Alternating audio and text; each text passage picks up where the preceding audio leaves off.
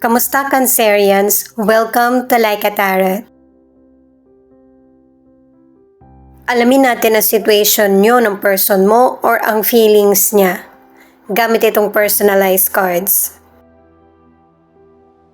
Paalala para sa mga bagong viewers na ang reading na ito ay timeless reading. General reading, ano man ang edad mo or gender mo, kunin mo lang kung ano yung akma sa sitwasyon mo. At saka ikaw na rin magpalit kung si person mo ba ito or ikaw. At ito ang start ng 1 week reading mo.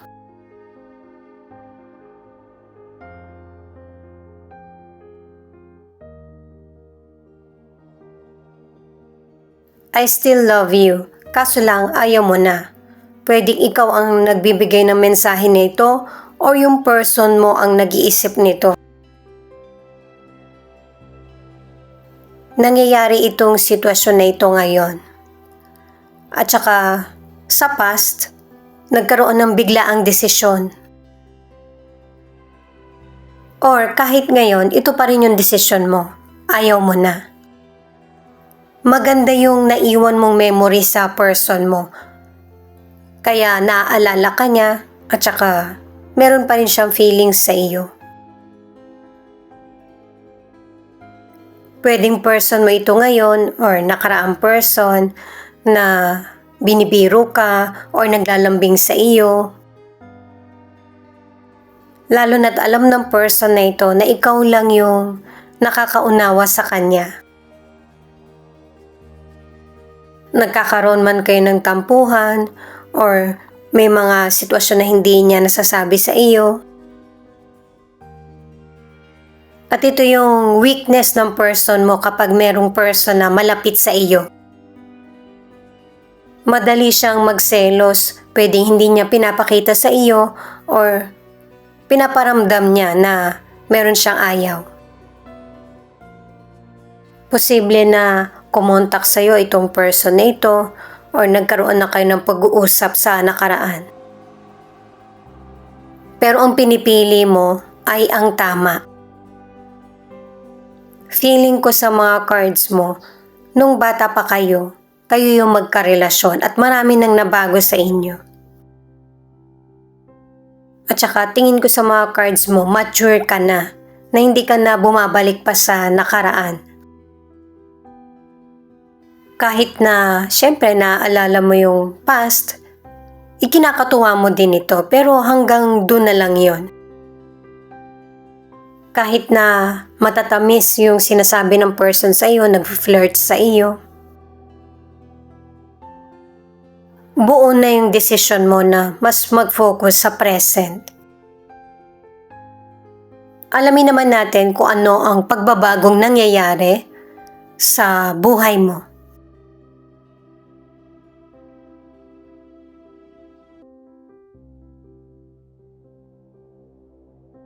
Seven of Cups, the Wheel of Fortune, Page of Wands. Sa daming opportunity na nangyari or dumating sa buhay mo, ito talaga yung mas bibigyan mo ng pansin. At saka ang tinitingnan ng mga Cancerian ay yung para sa ikakabuti ng future. Yung mga dumarating na pagkakataon sa iyo ay hindi mo gustong sayangin. Ito yung gusto mong i-grab sa ngayon. Nararamdaman mo man or hindi, umaayon sa iyo yung kapalaran. Sa career o negosyo, mag-commit ka sa career o negosyo na alam mong magtatagal. Kasi maraming pagbabago mangyayari sa buhay mo, lalo na sa plano o sitwasyon na gusto mong simulan. At ang ilan, kung hindi ka mag-change ng career, may bigger at better things na darating sa iyo. Pero bago mo ito makamit, may mga challenges ka munang kakaharapin. Ang ilan, ibang trabaho yung a-applyan mo o kaya sa ibang bansa Ang iba naman ay matatanggap ka na sa trabaho mo na in-applyan. Ang ilang single, may mga potential person na nagkakagusto sa iyo, pero nung napunta ka sa ibang lugar or ibang bansa, dun mo nakilala yung nagpatibok ng puso mo. Pero yung relasyon na bubuin nyo, hindi pang matagalan. Kasi magkaiba kayo ng sitwasyon at saka pananaw. Kaya pinakita sa puting cards na may biglaang desisyon. Ang ilan sa relationship dalawang cards ka na hindi ka nagiging masaya. Kasi iba yung gusto mong relasyon sa nangyayari sa inyo ngayon. Meron kayong mga nagagawa ng person mo na hindi kayo nagkakasundo. At ang advice ng cards ay kailangan ng give and take at saka huwag magkaroon ng kompetisyon sa relationship. Ten of Pentacles, the Strength in reverse, Eight of Wands.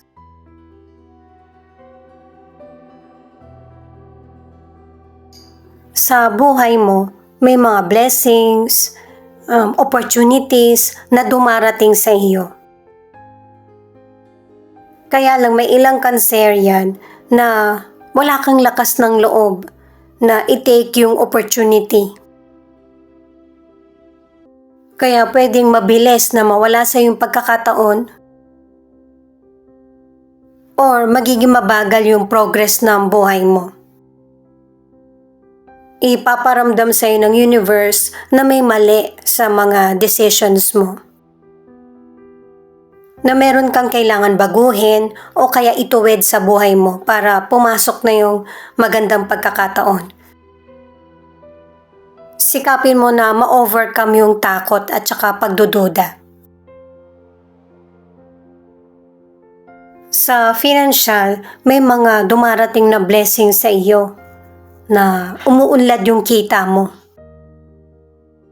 O kaya may pagkakataon na magkaroon ng dagdag kita.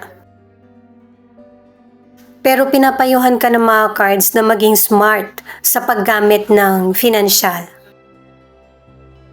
Mag-ingat din sa biglaang desisyon sa financial, investment, or overspending. Para sa ilang single, itong tatlong cards na nagsasabi na wala kang konkretong desisyon pagdating sa love. Kaya may ilan na single na Cancerian, maling person yung napipili mo. Ang ilang single kasi humanga ka lang, hindi totoong love yung naramdaman. Nakatatlong cards ka na taga-ibang lugar or taga-ibang bansa yung person. Ang ilan sa relationship, nakadalawang cards ka na mag-move forward ang relasyon nyo. At saka anuman yung mga maling desisyon nyo or maling aksyon, yung person mo hindi niya to masyadong binibigyan ng pansin. Mas nagfo-focus yung person mo sa kapayapaan ng relationship nyo. At kung may problem, willing na makinig yung person mo. Kaya wag mag-isip ng problem na wala naman.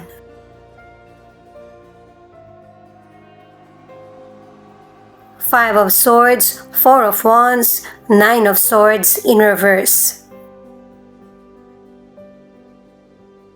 Ibig sabihin ng mga cards na ito ay merong conflict o kaya tension na nagaganap sa buhay mo. Pero in the future, masusolusyonan din ito at magkakaroon ng pag-uusap at kapayapaan. May tao mang nanloko sa iyo, patutunayan niya na nagbago na siya. At ma-overcome mo na kung ano man yung mahirap na period na nangyayari sa buhay mo. May experience mo na yung kaginhawaan at saka saya. Ang ilan sa kalusugan, kung nakakaramdam ka ng kapaguran, magpahinga ng sapat. Kasi maibabalik mo muli sa maayos na kondisyon yung kalusugan mo. Malulunasan na din ang depression, anxiety o kaya takot. Ang ilan ay pregnant or magkakaroon na kayo ng baby ng person mo, pero ang iba naman ay patungkol sa menopause. May ilan sa inyo na maaagapan mo ito kaya mababawasan yung hirap mo sa pagme-menopause. Ang ilan sa inyo hormones ang problem, kaya mahina yung pakiramdam mo. Ang ilang single, pinapakita muli na nakapili ka ng person na mapanakit, mental or physical. Matatakasan mo yung toxic na person at malulunasan na or makakalimutan mo na kung ano man yung nakaraan.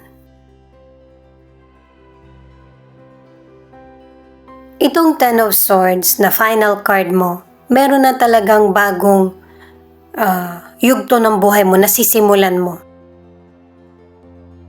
Ito na yung ending or closure sa mga nakaraan na hindi nakabuti sa iyo. Panahon na rin ito ng pag-release sa toxic na person or unhealthy na relasyon sa kapwa mo man or sa person mo. At saka hindi mo na rin ipipilit ang sarili mo or ang opinion mo sa iba. I-add ko lang para sa ilang single, nakadalawang cards ka na magbabalik yung past person. Magkakaroon kayo ng masayang pag-uusap, pero base sa mga puting cards, mas pipiliin mo yung kung ano yung nangyayari sa'yo ngayon. Walang saktong desisyon kung makikipagbalikan ka. Ang ilan na nasa relationship, maraming paghihirap na dinanas ang relasyon nyo ng person mo, sa family ng person mo, sa ibang tao, or sa inyo mismong dalawa. Itong mystical cards mo muna ang alamin natin. Ipinakita na sa ibang cards at kahit dito na merong challenges na darating na ang kapalit ay greater blessing. Itong card naman na ito, may mga Cancerian na sobra yung pakikisama mo kahit na hindi maganda yung pakitungo sa iyo ng kapwa mo. Hindi palaging ikaw yung mag-a-adjust para sa ibang tao. Ipakita mo yung totoong ikaw para mahalin ka ng kapwa mo sa kung ano ka. Para sa ilang Cancerian, huwag mong sasabihin sa sarili mo na life is unfair, hindi ka good enough. Pahalagahan mo yung sarili mo. Huwag mong i-judge. Huwag mong limitahan yung buhay mo sa isip mo lang or opinion ng iba. Magkaroon ng healthy boundaries sa kapwa at saka mas piliin na mag-grow. Ituloy ko lang para sa ilan na nasa relationship na nahuli mo yung person mo sa cheating or panlilin lang sa iyo. Marami ang nakaalam nito at naging skandalo. Malaking pagsisisi ng person mo sa nagawa niya. Bukod sa pipiliin nyo ng person mo na maging healthy ang relasyon, ay titingnan mo din yung kondisyon ng person mo sa kalusugan niya. Kumbaga, binibigyan mo ng pagkakataon yung person mo at umiisip ka rin ng ibang solusyon o naging dahilan kung bakit nagbago yung person mo at naging malihim or mapanlin lang. Pisces, Virgo, Scorpio, Leo, Cancer, Aquarius. Ito yung ilan sa 12 zodiac sign na nangunguna sa reading na ito. May ilang Cancerian na hindi natiis yung ganitong problem at nagkahiwalay. Pero may ilang Cancerian naman na pinagtutulungan nyo ng person mo na maresolbahan yung problems nyo. Ito yung mga letra na posibleng andito yung letra ng pangalan ng person mo or letra ng pangalan mo? KAJUPISZROV.